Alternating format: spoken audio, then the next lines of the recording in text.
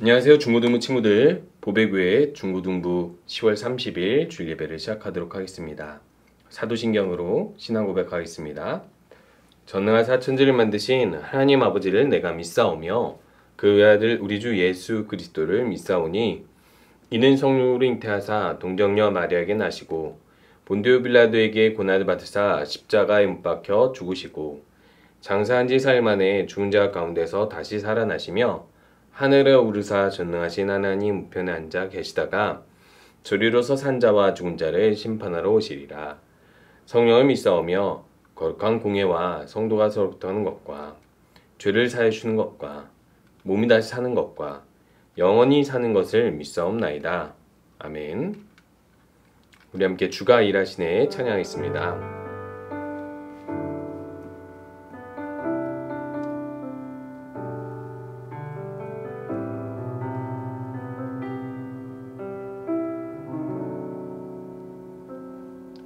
날이 저물어 갈 때 빈들에서 걸을 때 그때가 하나님의 때 내 힘으로 안 될 때 빈손으로 걸을 때 내가 고백해 여호와 이래 날이 저물어 갈 때 빈들에서 걸을 때 그때가 하나님의 때 내 힘으로 안 될 때 빈손으로 걸을 때 내가 고백해 여호와 이래 주가 일하시네 주가 일하시네 주께 아끼지 않는 자에게 주가 일하시네 주가 일하시네 신뢰하며 걷는 자에게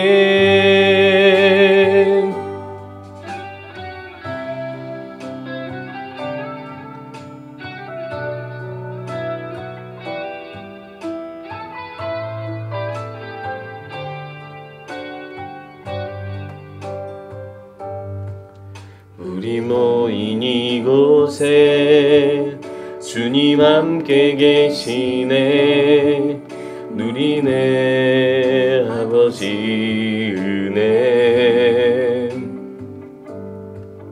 적은 떡과 물고기 내 모든 걸 드릴 때 모두 고백해 여호와 이래 우리 모인 이곳에 주님 함께 계시네 누리네 아버지 은혜 적은 떡과 물고기 내 모든 걸 드릴 때 모두 고백해 여호와 이래 주가 일하시네 주가 일하시네 주께 아끼지 않는 자에게 주가 일하시네 주가 일하시네 신뢰하며 걷는 자에게 주가 일하시네 주가 일하시네 주께 아끼지 않는 자에게 주가 일하시네 주가 일하시네 신뢰하며 걷는 자에게 일하시네 주가 일하시네 주께 아끼지 않는 자에게 주가 일하시네 주가 일하시네 신뢰하며 걷는 자에게 주가 일하시네 주가 일하시네 주께 아끼지 않는 자에게 주가 일하시네 주가 일하시네 신뢰하며 걷는 자에게 신뢰하며 걷는 자에게. 우리 함께 기도하겠습니다. 하나님께서 우리에게 주신 은혜, 한 주 동안 주신 은혜 감사하면서 하나님 오늘도 말씀으로 나를 새롭게 하시옵소서. 함께 기도하도록 하겠습니다.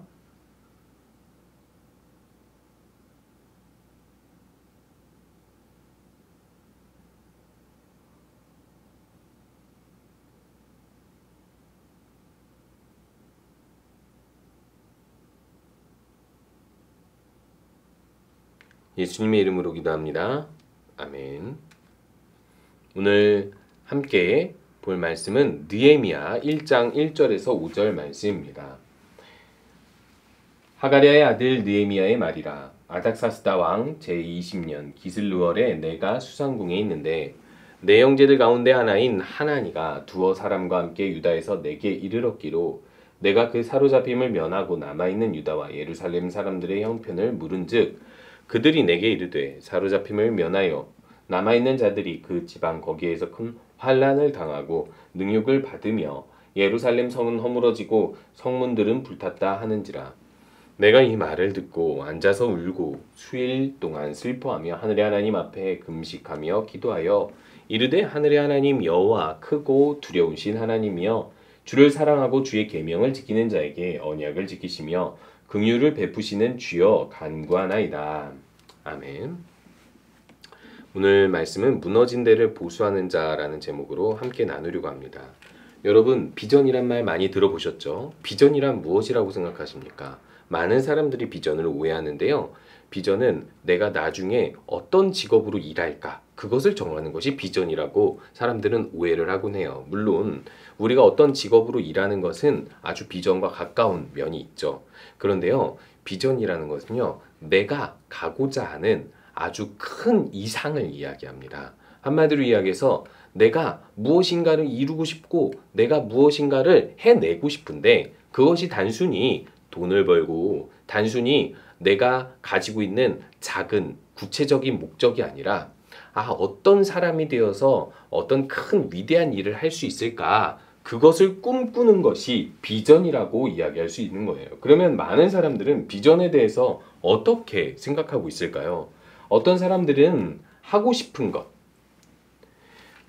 TV를 보면서 그리고 또 무엇인가를 배우면서 내가 이것에 흥미가 있어 하는 것들을 고르기도 하고요. 어떤 사람은요. 닮고 싶은 것을 보고 비전이라고 생각하는 경우가 있습니다. 나는 저 사람을 닮고 싶고 저 사람의 행동을 닮고 싶어. 저 사람이 하는 일을 닮고 싶어 라고 생각하면서 그것을 모방하려고 하는 경우도 있고요. 또 내가 무엇이 되고 싶은 경우가 있죠. 나도 대통령이 되고 싶어. 나도 저렇게 싸움 잘하는 사람이 되고 싶어. 나는 저렇게 공부 잘하는 사람이 되고 싶어. 많은 사람들에게 인기를 얻는 사람이 되고 싶어. 이런 모든 것들이 비전이 전혀 아니라고 말할 수는 없지만은 그렇다고 해서 우리가 나아가야 할 좋은 이상들이라고 이야기하기는 어렵습니다. 비전은 조금 더 우리가 성경적으로 이야기해 본다면 비전은 이런 것과도 마찬가지라고 이야기할 수 있어요.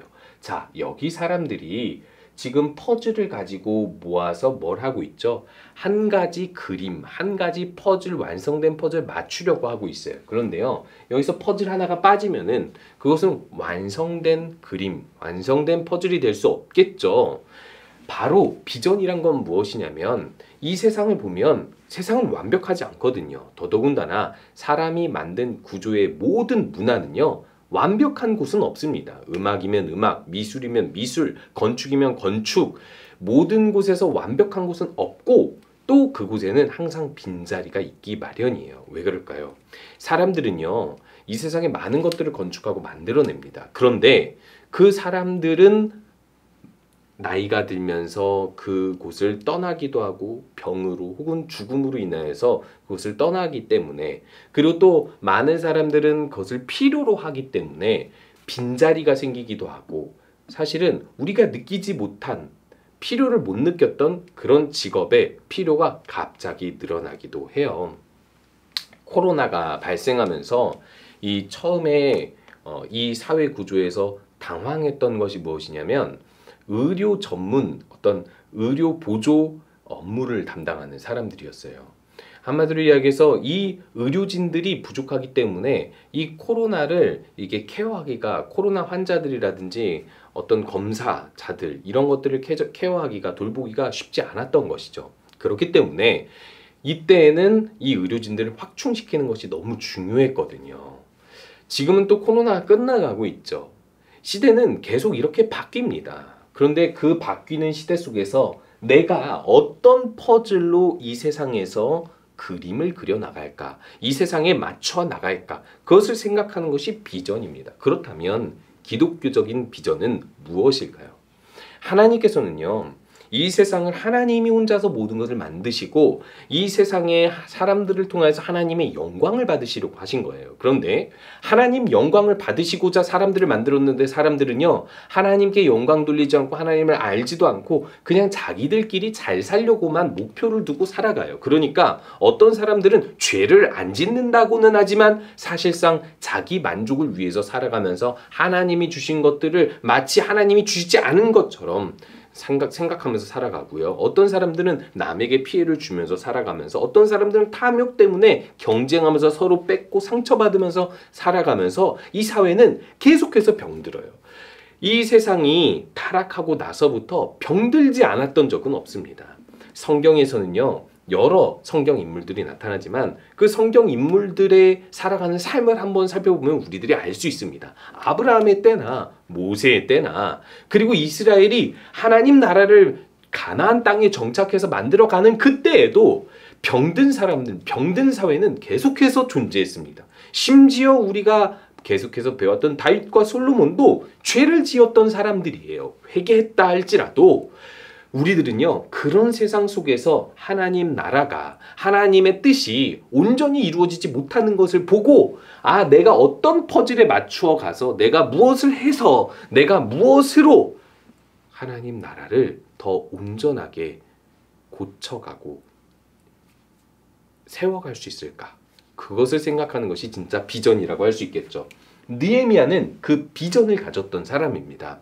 이 느헤미야가 어떤 시대의 사람들이냐면요, 이스라엘이 죄로 말미암아 바벨론에 의해 포로로 끌려갔죠. 1차 포로로 끌려가고 2차 포로로 끌려가고 3차 포로로 끌려가고, 그리고 나서 포로로 끌려간 다음에 하나님이 예언하신 대로 70년이 지나니까 바벨론을 페르시아가 부서뜨려 버리고, 그 페르시아 왕 고레스가, 야, 나는 정책이 이런 거야. 너희들은 너희들 나라로 돌아가서 성전을 재건하고 거기서 그 너희들의 신에게 경배해라. 그리고 나를 위해 복을 빌어라. 그리고 내가 내라는 세금만 열심히 내.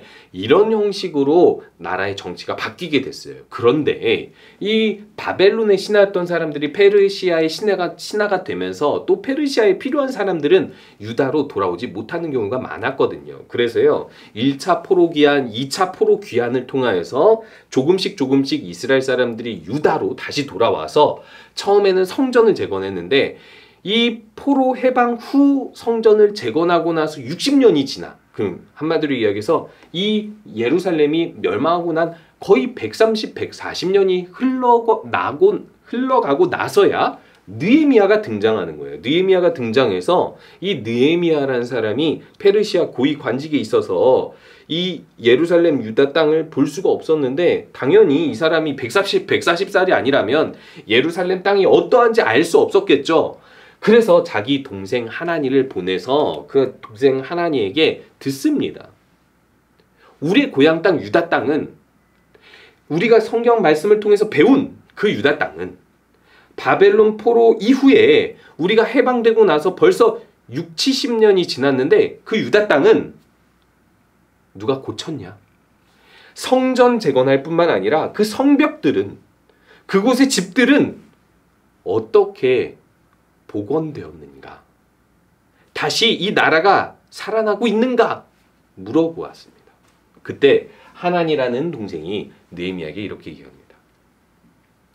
예전에 불탔던 그대로, 무너졌던 그대로, 황폐화된 그대로 그곳에서는 마치 어떤 생명체도 살지 않는 것처럼 완전히 폐허가 된 상태로 여전히 있습니다. 성전만 겨우 재건했을 뿐 그곳에는요, 아주 가난한 사람들이 마치 사람이 살지 않는 폐허에서 사는 것처럼 너무나도 황폐화된 채로 내버려져 있습니다 라고 이야기하고 있는 거죠. 왜 그랬을까요, 여러분? 바벨론 포로에서 해방되고 성전을 재건하고 나서 벌써 6, 70년이 흘렀는데도 불구하고 이스라엘 사람들은요, 계속해서 대적들, 그 주변의 다른 민족들 혹은 페르시아 고위 관리들에 의해서 계속 자기들만의 민족성을 세울 수 있는 어떤 성벽을 재건하지 못하고 저지당했던 거예요. 아마도 그 당시에는 페르시아가 이제 관할하고 있는 나라들이 100개가 넘었고 그 중에서 유다 민족이 상당히 드셌던 민족이기 때문에, 그리고 종교적으로도 엄청나게 독특성이 있기 때문에 유일신을 믿는 종교잖아요. 다른 신들은 다 다신론이지만은. 그러니까 이 민족은 응집되면, 이 민족은 단합하면 위험한 민족이다. 이 민족은 성벽같이 어떤 성을 쌓아가지고 다른 사람들 뭔가 전쟁에 유리한 조건을 갖추는 순간 이들은 우리가 막을 수 없다라고 판단을 했었던 것 같아요. 결국 이 6, 70년 동안 방해에 의해서 아무도 성벽을 재건할 수 없었다는 상황을 느헤미야가 듣고 나서 느헤미야의 반응이 어떠했을까요? 느헤미야는요, 수일 동안 눈물을 흘리며 금식하고 기도했습니다. 아니, 너무 뒷북 아닙니까? 예루살렘이 이렇게 된 지 벌써 140년이 흘렀는데, 아니 나중에 태어난 사람이, 페르시아에서만 살아본 사람이, 유다 땅을 보지도 못한 사람이 단순히 소식만 듣고도 이렇게 슬퍼하면서 기도하고 금식한다고요? 아니 도대체 무엇 때문에 이랬을까요? 여러분, 이게 비전입니다. 하나님은 살아계시죠. 하나님은 분명히 살아계신데 하나님을 높여드려야 한다는 것을 우리가 마음속으로 믿고 그리고 있다면요, 예배하러 딱 나왔는데 아무도 예배하지 않는 것을 볼 때 우리의 마음은 어때요? 상해요. 이것이 바로 비전이에요. 여러분, 제가 처음으로 하나님을 알게 되고 만났을 때 제 친구들이 다르게 보이기 시작했어요. 교회 친구들, 똑같은 교회 친구들인데 아니 얘네들이 기도 시간에 기도를 하지 않고 찬양 시간에 찬양을 하지 않고 말씀 시간에 말씀을 듣지 않는 거예요. 아니 예배하러 왔는데 왜 하나님을 예배하지 않고 저렇게 행동할까? 그래서 저는요 그때 마음속으로 화가 났었던 것 같아요. 왜 그럴까 하면서. 물론 그전에는 저도 똑같이 떠들고 예배드리지 않았겠죠. 이것이 보여야 비전이 있는 것입니다. 그래서 느헤미야는요, 성경 속에서 들어왔던 그 이스라엘 하나님의 나라가 이 회복될 때가 되었는데도, 아니 회복될 때가 지났는데도 여전히 황폐화된 상태에서 아무도 제대로 그것을 재건하지 못한다는 것을 들었을 때 무엇을 느끼냐면, 내가 그곳에 가서 재건해야 되는데 내가 여기 신하라서 그 땅을 밟아보지도 못하는구나 라는 죄책감을 느끼게 되는 거예요. 책임감을 느끼게 되는 것이죠. 내가 그곳에 가야 그 재건을 할 수 있는 퍼즐이 끼워지는데 내가 책임을 느끼는데 내가 지금 못 가고 있구나 라는 생각에 슬피 우는 것입니다. 여러분, 이런 마음 가져본 적 있으세요? 우리 교회가 조금 더 하나님을 위해서, 하나님의 영광을 위해서 한 걸음 한 걸음 더 나아갔으면 좋겠는데 내가 그것을 못해서 너무 안타깝다. 내 주변의 친구들을 보니까 이 친구들은 도저히 하나님을 알지 못하고 교회 한번 다녀보지 못했는데 이들이 한 사람이라도 좀 예수님을 알았으면 너무 좋겠다 해서 가지고 막 슬피 울면서 막 기도해 본 적 있으십니까? 여러분들의 걱정은, 여러분들의 고민은 무엇입니까? 내년에 저 고3 올라가는데 수능 시험 잘 봐서 좋은 대학 가고 싶어요. 이게 비전입니까? 아니면 지금 우리 교회에서 하나님을 제대로 예배하는 사람 한 사람이 없습니다. 저는 모두가 하나님을 예배했으면 좋겠어요. 하는 마음으로 그들을 위해 기도하는 그런 마음이 있으십니까? 느헤미야는 그런 마음으로 기도했던 거예요. 그래서 이 느헤미야가 기도하기 시작하는데 기도의 내용이 두 가지입니다. 첫 번째는 먼저 회개 기도를 합니다. 참 이상해요. 아니 140년이나 지났는데 또 뒷북을 칩니다. 이제 종이 주의 종들인 이스라엘 자손을 위하여 주야로 기도하오며 우리 이스라엘 자손이 주께 범죄한 죄들을 자복하오니 주는 귀를 기울이시며 눈을 여시사 종의 기도를 들으시옵소서. 나와 내 아버지의 집이 범죄하여 이렇게 우리들이 재앙을 당하게 되었으나 하나님께서 신명기에서도 그리고 솔로몬의 성전 봉헌식 때도 하나님께서 약속해 주신 것이 있지 않습니까? 우리가 눈물로 회개하며 주님께로 돌아오면 주님께서 우리를 용서해 주시고 다시 돌아가게 하신다고 하시지 않았습니까? 라고 기도하면서 두 번째로 이런 기도를 하게 됩니다. 만일 내게로 돌아와 내 계명을 지켜 행하면 너희 쫓겨난 자들이 하늘 끝에 있을지라도 내가 거기서부터 그들을 모아 내 이름을 두르고 택한 곳에 돌아오게 하리라 라고 말씀하고 있잖아요. 어디요? 택한 곳에. 하나님께서 택한 곳에 돌아오게 하는데 지금 느헤미야 입장에서는 자기가 쫓겨난 사람인 거예요. 쫓겨난 자들이 하늘 끝에 있을지라도 지금 페르시아 신하로 있을지라도 자기를 그곳에 돌아가게 해서 이 하나님 나라를 다시 건설하게 해달라고 소원하는 거예요. 여기서 태어났는데 지금 140년이나 지났는데 많은 사람들은 이때 이렇게 생각할 겁니다. 하나님께서 말씀으로 우리에게 예언해 주셨지. 그래서 우리가 포로 귀환을 했지. 그래서 우리가 성전 재건도 했지. 여러 가지 어려움 끝에 성전 재건을 하고 지금 여전히 예배 드리는 사람들도 있지. 그런데 성벽 재건하는 거, 우리가 도시 재건하는 거, 이건 너무 정치적이야. 이렇게 우리가 자꾸 재건하려고 할 때마다 자꾸 방해하는 세력들이 있었고 우리들은 힘이 없어서 그들이 이길 수가 없어. 몇 번이나 기도해 봤지, 몇 번이나 시도해 봤지. 그런데 모든 사람들이 반대해. 그런데 우리가 어떻게 그것을 해낼 수 있겠어? 못해라고 생각하는 그때 하나님께서는 느헤미야에게 마음 하나를 주신 거예요. 성벽을 재건하라고. 이 느헤미야가 성벽을 어떻게 재건하는지 아십니까? 52일 만에 재건해요. 왜요? 하나님께서 느헤미야에게 마음을 주셨고 느헤미야는 기도하기 시작했으니까요. 성벽 재건 과연 어떻게 시작할까? 그때 느헤미야는요 술 맡은 관원장이었습니다. 술 맡은 관원장은 왕 옆에서 술을 따라드리면서 기분 좋게 하는 사람인 거예요. 근데 이 술에는 뭐가 탈 수 있죠? 술은 쓰니까, 술은 독하니까 그 안에다가 독을 타기가 너무 쉽거든요. 그렇기 때문에 왕을 음해하려는 사람들을 막기 위해서 그가 먼저 술을 먹어보고 왕에게 술을 먹이고 이 생명을 책임질 뿐만 아니라 왕이 기분 좋게 하도록 막 여기다가 이제 천을 두르고 여기다가 부채를 가지고 막 왕을 기분 좋게 막 해주는 역할을 하는 거예요. 그런데 그런 사람이 근심이 가득하니까 왕이 물어보는 거예요. 너는 병이 없는데 왜 그렇게 근심이 가득하냐? 사실상 이거는요, 이 느헤미야가 직무유기를 하는 거거든요. 항상 기분 좋게 해드려서 술을 즐겁게 마시게끔 해드려야 되는데 그 역할을 못하는 거거든요. 그런데 왕이 내가 너에게 뭘 해주면 좋겠냐라고 했을 때 느헤미야가 과감하게 요구를 하는데 나로 하여금 그곳에 가서 성벽 재건을 하게 해주시고 그 모든 제목들, 나무 재료들을 다 이 국고에서 꺼내다가 최상급으로 지원해 주시고 심지어 그곳에 있는 모든 총독들이 나에 대해서 방해하지 못하도록 왕의 친서를 주십시오라고 이야기를 하는 거예요. 그래서 왕이 심지어는 군대까지 같이 보내서 느헤미야가 그곳에 안전하게 도착하고 모든 일들을 마무리할 수 있도록 전폭적인 지원을 하는데, 이 이야기가, 이런 사건이 누구를 통해서 이루어진다는 거예요? 140년 후에 느헤미야 한 사람을 통해서 이루어진다는 거예요. 많은 사람들의 시도와 기도가 실패했는데도 말이죠. 여러분, 저는 어쩌면 그런 생각이 듭니다. 많은 사람들이 실패한 것이 아닙니다. 많은 사람들이 힘이 없어도 기도한 거예요. 누군가는 포기하지 않고 끝까지 기도한 겁니다.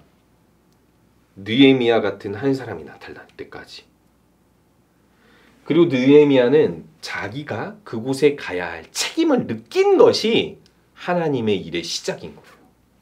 우리 친구들, 하나님 나라, 하나님의 뜻이 이 땅에서 이루어지길 원합니까? 천국만이 아니라 이 땅에서도 하나님의 영광을 바라보는 많은 사람들이 있었으면 좋겠다라는 소원 가지고 계세요?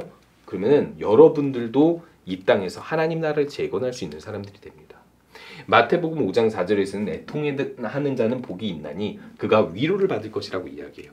왜 애통하는 자가 복이 있어요? 애통하는데. 애통은 뭐냐면 너무 슬퍼하는 거예요. 지금 아까 느헤미야처럼. 그런데 하나님 나라를 위해서, 하나님을 위해서 애통하는 그 사람은 결국 하나님께서 그를 위로하시기 때문에 그를 통해서 하나님의 놀랍고 위대한 일이 이루어진다는 것을 이야기해주고 있는 거예요. 하나님 나라를 위해서 애통할 줄 아는 사람, 비전을 품을 줄 아는 사람, 그런 사람을 통해서 하나님은 일하십니다. 우리 친구들, 그렇게 주님의 일하심을 맛보는, 그렇게 성장해서 하나님 나라 영광을 위해서 사는 우리 친구들 되시길 바랍니다. 우리 함께 주기도문 할게요. 하늘에 계신 우리 아버지여, 이름이 거룩히 여김을 받으시오며 나라가 임하시오며 뜻이 하늘에서 이루어진 것 같이 땅에서도 이루어지리이다. 오늘 우리에게 일용할 양식을 주시옵고 우리가 우리에게 죄 지은 자를 사하여 준 것 같이 우리 죄를 사하여 주시옵고 우리를 시험에 들게 하지 마시옵고 다만 악에서 구하시옵소서. 나라와 권세와 영광이 아버지께 영원히 있사옵나이다. 아멘.